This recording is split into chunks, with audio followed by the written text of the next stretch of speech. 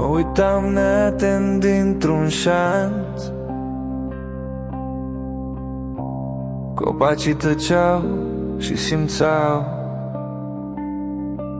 cer ars, făcut scrum și stelele au fugit în vrie într-o altă galaxie, puțin mai vie.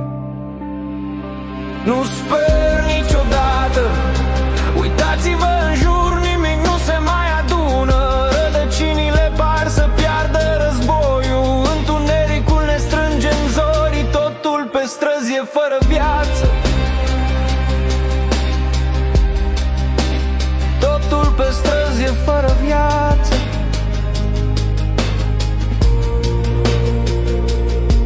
Sentință, umilință, suntem goi și noi și voi.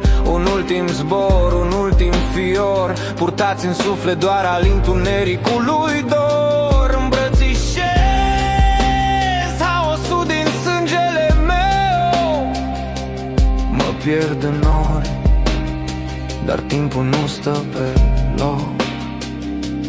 Nu mai rămâne nimic, totul e deșart și departe, și strigăte ce încetează sunt ca un balon, se sparg în șanțuri, în fluxul de nebun.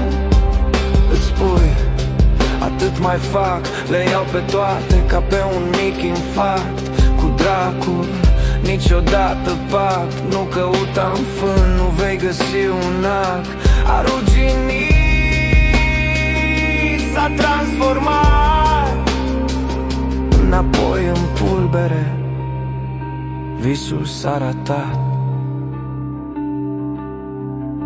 Mă plimb prin nebunie, din colț în colț, zilele sunt palide, pierdute în zbor între planete ce ascund tăcerea. Ne pierdem în valuri, fără speranță, fără eră.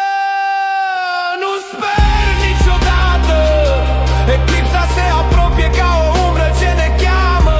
Călcăm pe sticle plin de căutare, în labirinturi de gânduri fără salvare. Nu sper niciodată, eclipsa se apropie ca o umbră ce ne cheamă. Călcăm pe sticle plin de căutare, în labirinturi de gânduri fără salvare. E timpul să ne îmbrățișăm destinul în lumina pală a visului senil. Și când totul e deșart, privim la cer și știm că într-un alt loc ne vom întâlni din nou cu fier.